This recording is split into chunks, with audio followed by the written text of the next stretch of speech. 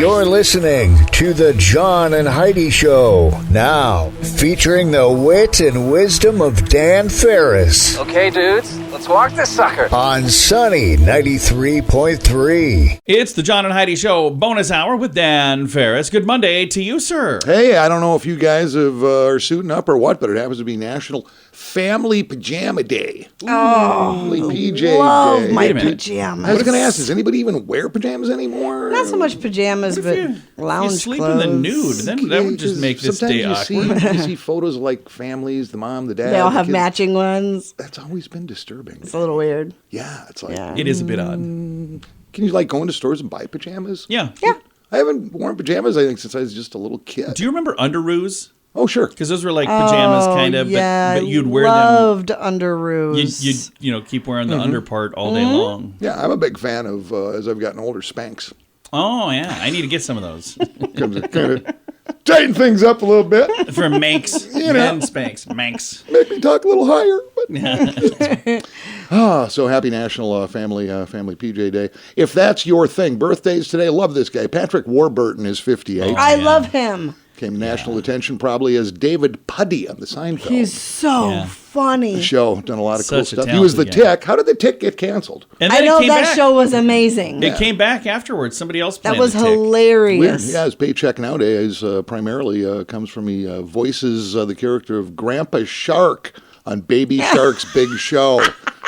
Not making I this was up. not aware. Yes. It's what he does. He doesn't do any like variation. It's like It's if you always want just his that voice. Yeah, exactly. There's some voice actors where they play like Exactly. 12 characters. No, just No, his he's delivery, always his just him. voice. It's He's just fantastic. the same guy on all of the things. It's always him. And boy, up until a few months ago, he was just the prince. Now he's King Charles III. King Charles III is 74 today. What do you get?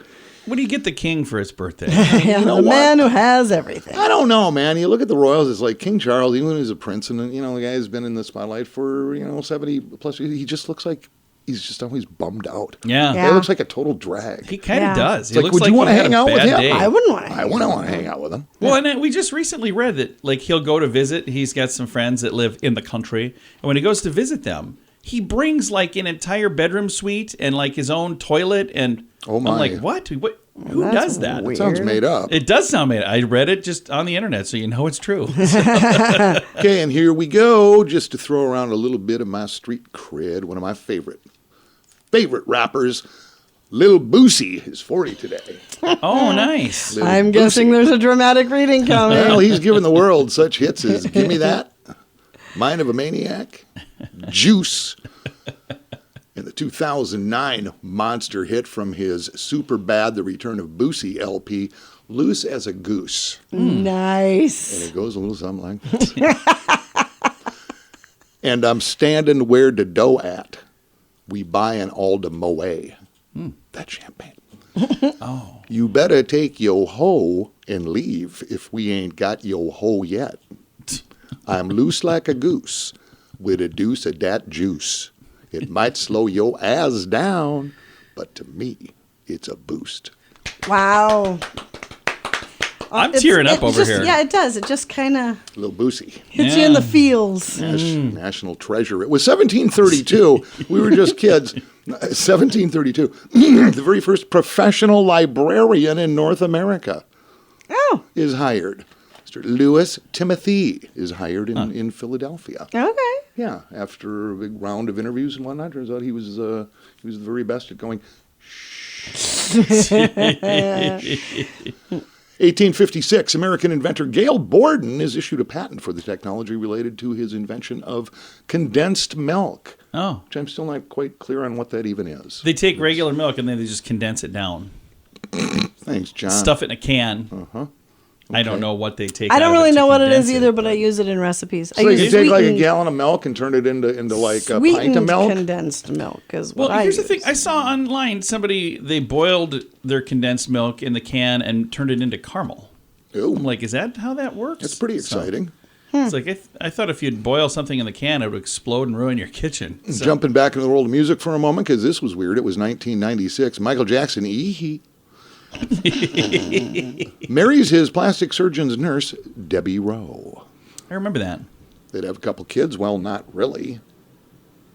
So she's come out several times in the interview going, yeah, that was all, they never consummated the marriage. Oh, It was in vitro. yeah, it was in vitro. and Yeah. he was not the donor. What?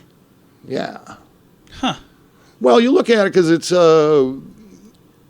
was 2 kids. I mean, Michael Jackson ended up with 3, but the 2 with Debbie Rowe was, what's his name, Prince, Michael Jr., and then Paris. Right. Light skin, blue eyes, but it's just kind of, I don't know. What are you going to believe? Yeah, I don't know. They got divorced in 1999. Then Michael would go on to get another surrogate mother, to which to this very day has never been identified, No kidding. and give birth to Prince Michael II, who we call Blanket. Blanket. Yes. It sounds like you're making all of this up. No. but it's Nothing true. disturbing there. This is all Yeah. all just true. Man. Yo, It's blanket. Just So bizarre. so bizarre. Shamon. Okay. All right. Wow. I know, we all know, and if you see Lil Boosie, tell him happy 40th. We can just move ahead here. Gonna do that. It is the John and Heidi Show bonus hour with Dan Ferris. In good times and not so good times, it's a good idea to be responsible when it comes to spending. At BetterCreditCards.com, we're excited to see our friends like you get a better credit card to fit your needs. Some people like cards with the lowest possible interest rate. Others like cards with no annual fee. And some people like cards with points and perks to take advantage of all the extras available. Whatever you're looking for, we hope you find it at BetterCreditCards.com. Give yourself a little credit. BetterCreditCards.com. Excited to have Brent Baker joining us once again in the studio with Clients First Group, part of Keller Williams Realty. Brent, how are you, sir? I'm good. I'm excited to have you in here. We've been talking about things that could derail the deal when somebody's buying a house. And this could be on either side. If you're buying a home or if you're the one selling the home, you never want the deal to fall apart, especially when you accepted the offer. Everything's good, but there are things that could get in the way. And some of those could be really big problems, couldn't they? They are. And this is where a pre-inspection, though it costs the seller some money up front, can save a big headache later. Yeah. Buyers, in most cases, are advised to get a home inspection. There are times when it seems unnecessary, but there are things that come up, and sometimes the seller simply didn't know. Yeah. And it may not be their forte to understand home structure, but we'll find things that come into play, especially on older homes that may have a partial basement, and so part of the house is over footings. And so we can occasionally find some structural issues or some settlage. Sometimes it shows up on the inside of the house. Sometimes when you walk up, you can see that the roof line drifts off. Yeah. The siding is bent. Sometimes it's abuse. Sometimes it's just the natural aging process. But chimneys crack. The tuck pointing is worn away. And for some people, they look at that and go, oh, I can fix this stuff, and it's not a big deal. But that's not everybody. So you're limiting the number of people who are going to even want to buy a house when there's an issue like that, aren't you? Well, you are. And, sometimes there are structural issues that aren't visible, but they're there. But that is the point of an inspection, is to get a third independent set of eyeballs on it that are not biased. Yeah. Who don't have skin in the game. They're just there to tell you the facts. They're not the buyer. They're not the seller. They don't benefit other than letting people know what's going on. Exactly. In addition to structural, there's other things too, right? Well, there certainly are that. And one of those can be water entering your home, whether through the foundation, through windows or doors that don't seal anymore. Maybe it's the gutters that are missing. But water should not intrude. I've always used the exterior home and called it an envelope. If you get an envelope in the mail, what are you really after? You're after the contents, the letter that says, hey, Uncle Bill. It's the letter. Yeah. But it's the envelope that got it delivered to you safely. So Absolutely. Your roof, your siding, your windows and doors, they're the envelope. That foundation. They protect the contents of the home, which are your furnishings and your very personal property items. And so you want to keep the water where it belongs, on the outside. Yeah. So when windows are rotting or other things are taking place, it's important to get that corrected, because those affect your environment. Mold can start from that. Then there's other things that are outside of your boundaries. And as a home buyer, you have to look around, have your eyes open, because sometimes it's an external nuisance. It could be what goes on. Some neighborhoods you're going to find that maybe the laws are a little more lax, and so we tend to find where people leave an old vehicle laying around in the backyard. So not even you, it's like the neighborhood. Correct. So I have always encouraged people, if they ask me what the neighborhood's like, I say, okay, what time of day are we here? Now let's go to the neighborhood at a different time. Yeah. So during the day, it might seem all very nice. Yeah. But in the evening, we might find another story due to the type of neighborhood it is. It could be college students. Yeah. It's party time. We are out of class. It's party time. Maybe there's other activities that go on, but you wouldn't normally suspect that. Yeah. But that's the advantage. If you have the time, visit the neighborhood at a different time of day. Not necessarily the hour, the difference between 10 a.m. and 2 p.m. Yeah. But if you can, investigate that neighborhood, drive around, see what goes on there. And I see on the next thing on the list here, this has nothing to do with the neighborhood really, and not even necessarily to do with the house, but it has to do with like the paperwork. There could be issues that you discover that could cause a problem. Yeah, and it comes up in we call it title work. And title applies to there are three parties to every transaction. You have the seller who is looking to dispose of this property. You have the buyer that hopefully wants to buy the property. But then there's the property. And several things can come up. So a seller may have done something, gotten sued, not paid off the judgment. Maybe it's something unrelated to the property entirely.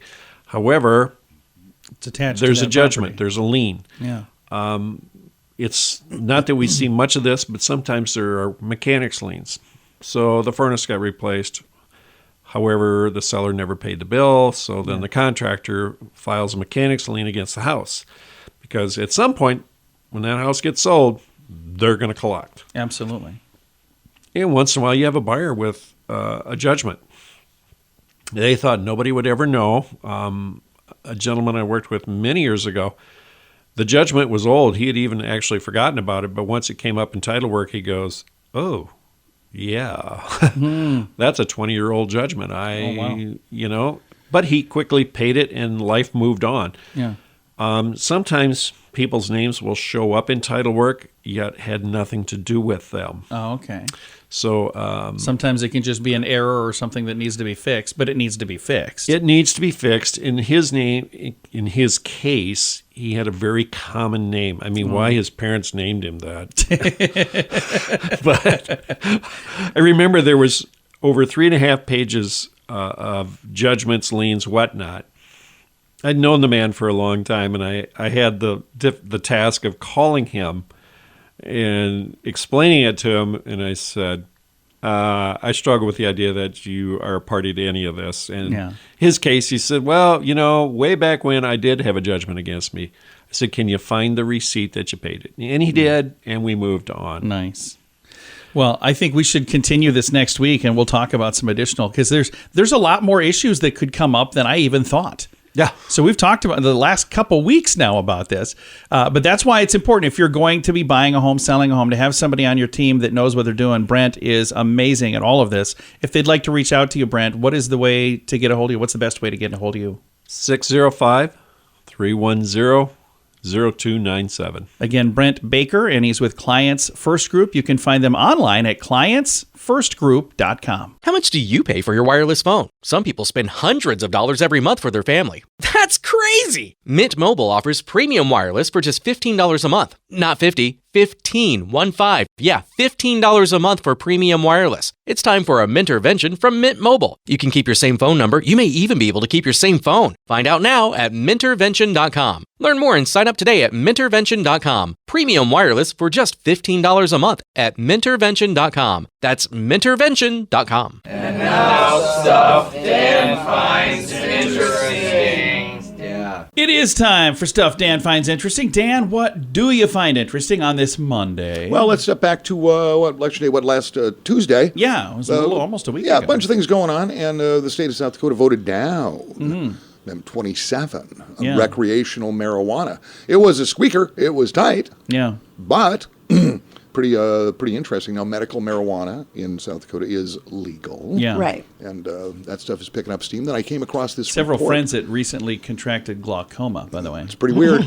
Let's see. Leafly, which is a national organization, has released its annual cannabis harvest report, revealing an unparalleled analysis of this past year of cannabis farming in the United States. U.S. cannabis has surpassed potatoes and rice to become the 6th most valuable domestic crop in the country. Oh, wow. That's huge. Yeah, that's surpassed potatoes and rice. That's alarming, actually. The value this past year in cannabis, medical, recreational, etc., has surpassed $5 billion. Good Lord. Adult use cannabis has grown at more than 13,000 farms in this country. I had no idea. Stuff's everywhere. Happens to be the leading cash crop in Alaska, Massachusetts, and New Jersey. No kidding. U.S. legal cannabis industry continues to grow each year as more and more states legalize, and I think over 20 states now have legalized it. But listen to this. Cannabis tax revenues has exceeded other industries like alcohol in states such as Illinois and Massachusetts. So, yeah, this stuff is huge. There's Well, they can't cut back on growing potatoes. All these people running around with the munchies. What are they going to eat? I don't know. I don't know. But the 6th largest cash crop in the country now. I've got several broadcaster friends who own radio stations in states where marijuana is legalized, but it is not legal to advertise that on the radio. So there have been some interesting discussions on ways they get around that. Oh, yeah. Where, the one, and he said they're our largest advertiser, but we can't say this and this and this on the radio. It's like, so we have these ads promoting all these other things that they do, but with their name, you know what they do. And I was like, I guess I never thought of that. But I suppose there are different regulations for everything. Well, we went through that whole process when vaping was becoming a thing. Yeah. So all of a sudden, people were advertising their vapes, whatever. Then all of a sudden, comes the government, well, no, you can't say this, then you can't say this, and you can't say this. And it gets pared back down so much that, after a while, it's pointless even trying to market anything. So it's interesting. The international market for medical cannabis expected to exceed $40 billion in the next 5 years. Holy cow. Holy moly Rocky. So there you go. Just thought I'd share that because I found that interesting. I also found that interesting. Heidi, you? I did. 3 out of 3, Dan. Man. Pretty good. I'm still You're good at for this. the fences here. Yeah. It is the John and Heidi Show bonus hour with Dan Ferris. In good times and not so good times, it's a good idea to be responsible when it comes to spending. At bettercreditcards.com, we're excited to see our friends like you get a better credit card to fit your needs. Some people like cards with the lowest possible interest rate. Others like cards with no annual fee. And some people like cards with points and perks to take advantage of all the extras available. Whatever you're looking for, we hope you find it at bettercreditcards.com. Give yourself a little credit. Bettercreditcards.com.